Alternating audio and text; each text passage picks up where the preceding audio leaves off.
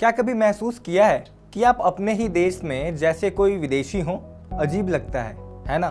मगर भारत में लाखों लोग हर दिन यह महसूस करते हैं। जब हम प्रवास की बात करते हैं तो अक्सर हमारे दिमाग में विदेश ही आता है। पर क्या आप जानते हैं कि भारत में भी अंदरूनी प्रवासी यानी अपने देश के अलग अलग हिस्सों में जाकर बसने वाले 100 मिलियन से ज्यादा लोग हैं। ये अपने अपने राज्य की सीमाओं को पार करके नई भाषाओं, संस्कृति और रीति रिवाजों के बीच विदेशी जैसा अनुभव करते हैं। आइए जानें कि आंतरिक प्रवासी कौन है, उनकी कहानी क्या है और यह भारत की विविधता को कैसे दर्शाते हैं। नमस्कार, आप देख रहे हैं दी एज और मैं हूं आपके साथ प्रमोद तिवारी। चलिए जानते हैं अपने ही देश में रह रहे इन विदेशियों की कहानी। जब हम डायस्पोरा सुनते हैं तो हम आम तौर पर विदेशों में बसे भारतीयों के बारे में सोचते हैं, जैसे अमेरिका, ब्रिटेन, कनाडा या खाड़ी देश। लेकिन भारतीय डायस्पोरा का यह हिस्सा उनकी तुलना में कहीं बड़ा है, जो देश के भीतर दूसरे राज्यों में जाकर बसते हैं। इस आंतरिक प्रवास की वजह से भारत में भाषाएं, संस्कृति और पहचान के कई पैंतरे बनते हैं। आंतरिक प्रवासी वे हैं जो भारत के किसी एक राज्य से दूसरे राज्य में, जहां भाषा, संस्कृति और रीति रिवाज अलग होते हैं, लंबे समय तक बसते हैं। उदाहरण के लिए गुजरात के सूरत में काम करने आने वाला उड़िया मजदूर वहां की स्थानीय भाषा न समझ पाने के कारण विदेशी जैसा महसूस करता है। डायस्पोरा का मतलब केवल स्थान परिवर्तन नहीं, बल्कि वहां अपनी सांस्कृतिक पहचान और संबंधों को बनाए रखना भी है।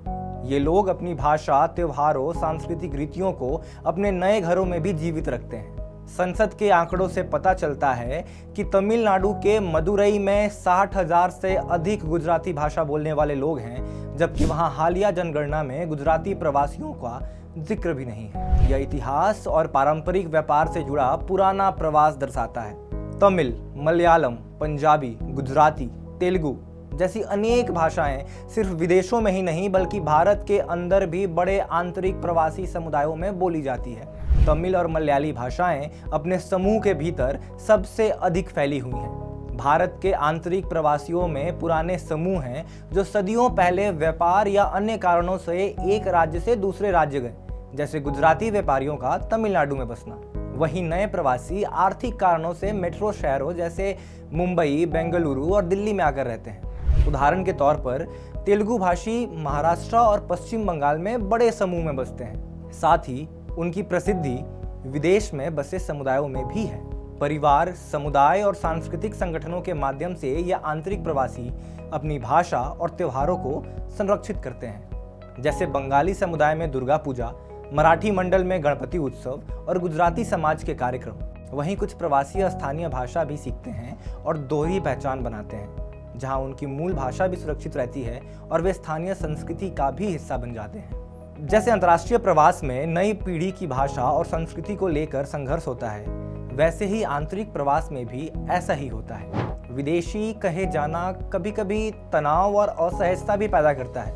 यह हमें याद दिलाता है कि भारत एक ऐसा देश है जहां राज्य की सीमाएं पार करना किसी विदेश जाने से कम चुनौतीपूर्ण नहीं होता। आंतरिक प्रवास की समझ हमारे देश के सामाजिक और सांस्कृतिक ताने बाने को समझने के लिए जरूरी है। इससे पता चलता है कि हमारी विविधता केवल सीमा तक सीमित नहीं बल्कि शहरों, भाषाओं और समुदायों के बीच भी फैलती है।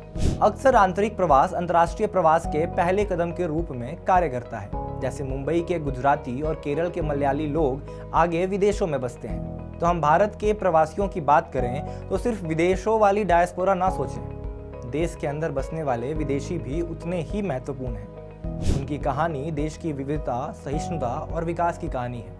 धन्यवाद हमारे साथ इस दिलचस्प और जानकारी पूर्ण सफर पर जुड़ने के लिए।